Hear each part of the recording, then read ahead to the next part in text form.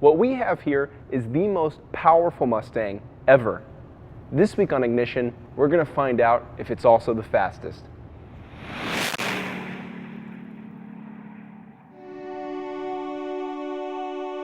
Under the hood of the Shelby GT500 is a supercharged 5.8-liter V8 that makes, you may want to hold your jaw in place for this, 662 horsepower and 631 pound-feet of torque. Not only is that more than the Camaro ZL1, not only is that more than the Corvette ZR1, that output makes this the most powerful mass-produced V8 in the world. And there's something more impressive than that, if you can believe it. This 662 horsepower Shelby doesn't get a gas guzzler tax. Now, Ford's made some rather lofty claims about this car. I think it's time we put them to the test.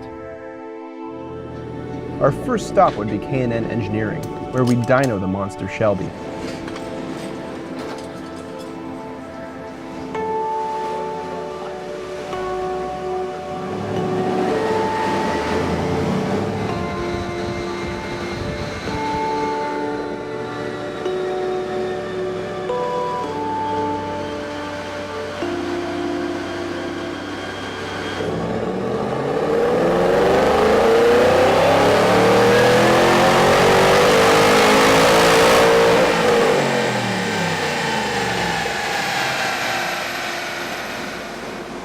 There was one more thing we wanted to find out. I already did the calculations, and it looks like this car would hit 200 miles an hour at the top of fifth gear at about 6,400 RPM. We wanted to find out if that was the case before we attempted it.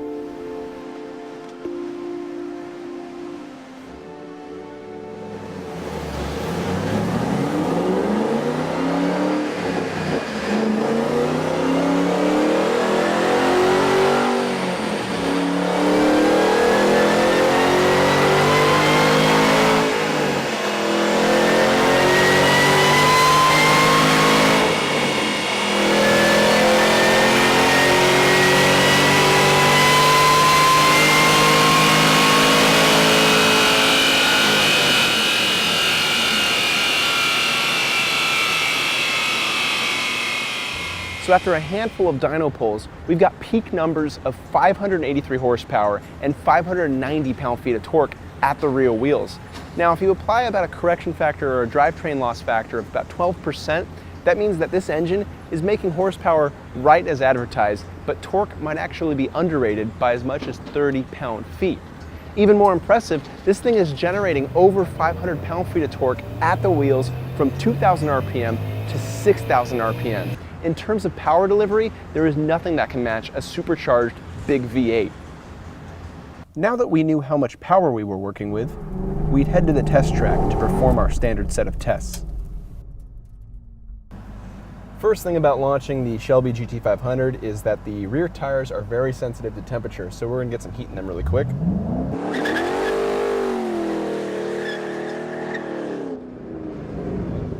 Second thing to note is that you hit 60 in first gear, so that means bringing the thing all the way out to 7,000 RPM on the red line and then just hit your shift as fast as you can. Thirdly, we have launch control, which is a very nice thing to have in a car with 662 horsepower. You have to go into the menu, into the track apps settings, select launch control, and through the display you can choose your RPM between 2,500 to 5,200. I've been launching about 3,800, seems to match this surface right, and that's what we'll do. Traction control gets you out of the hole without an issue. 60 comes in 3.5 seconds. Quarter mile, 11.6 seconds at 125.7 miles an hour. It's about half a second faster than the ZL1, and it feels every bit like it. Now for our 60 to 0 braking test.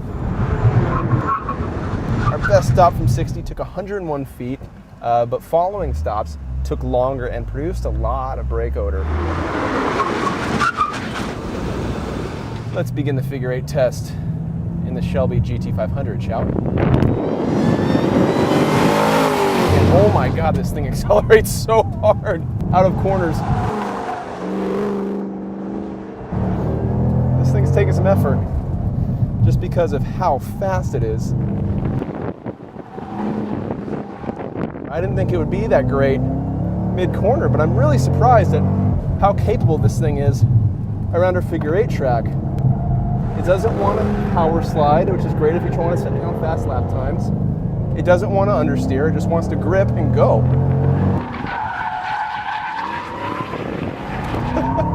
If you get a little carried away, it will do that. But that's all on the throttle, that's not on the chassis.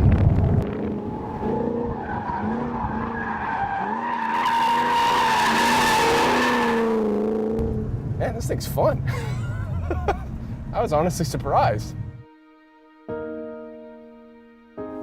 Ford claims that this car saw 200 miles an hour at the Nardo testing facility in Italy. We're not in Italy, of course, but we're going to test that claim. So we're off to Arizona, towards one of Chrysler's proving grounds. There, we'll find a 5-mile oval and the chance to see 200 miles an hour. So we've logged a couple hundred miles in the Shelby GT500 now, and what's really impressive is that this doesn't feel like some ragged edge supercar.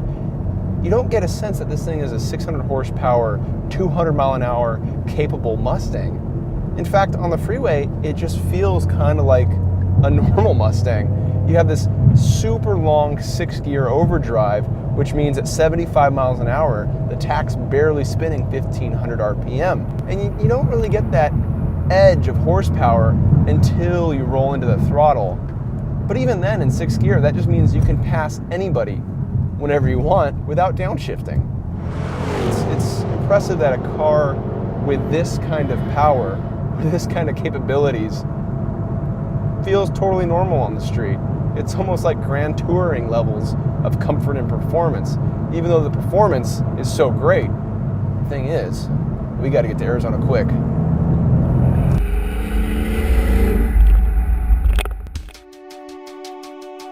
You don't just try and go 200 miles an hour, especially in a Mustang. Every component of the car must be analyzed and prepared. The undercarriage must be inspected. The tires have to be up for the task, heat cycled and free of scratches or excessive wear.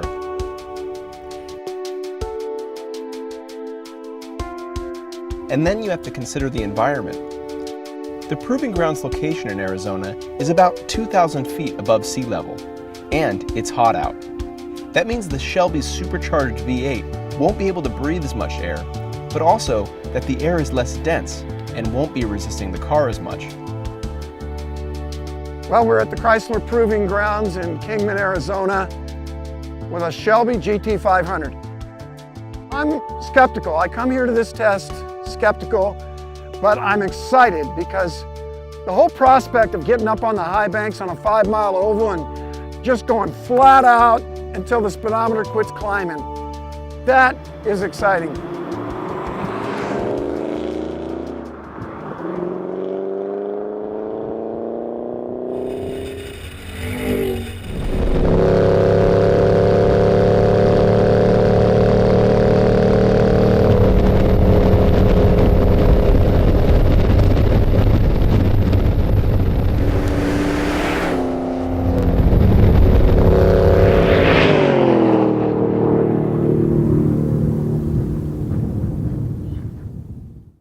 So we have the results from one of Randy's first few attempts here.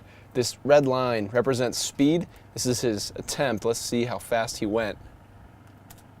That's 190.73 miles an hour. Not bad for over 100 degrees out. We're going to try again a little bit later.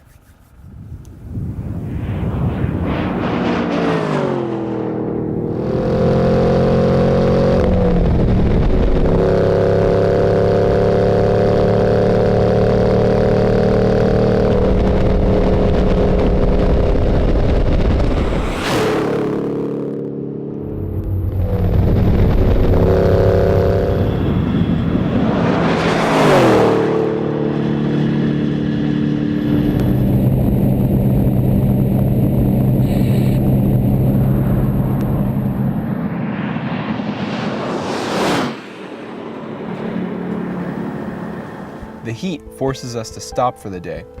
We'd try again early the next morning. arriving on track before sunrise when the cooler exterior temperatures would allow the engine to make more power.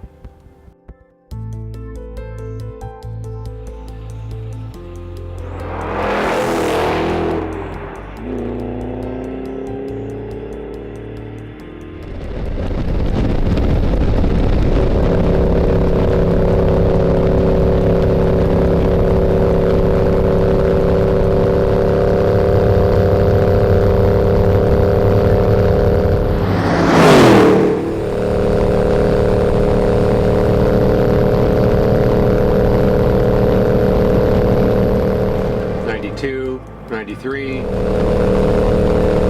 '94, '95.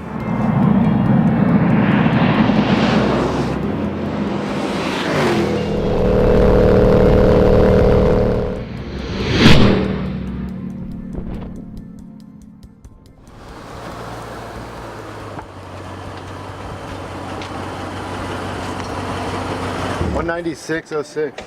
I think that's about all. That's all we're going to get. You think? Yep.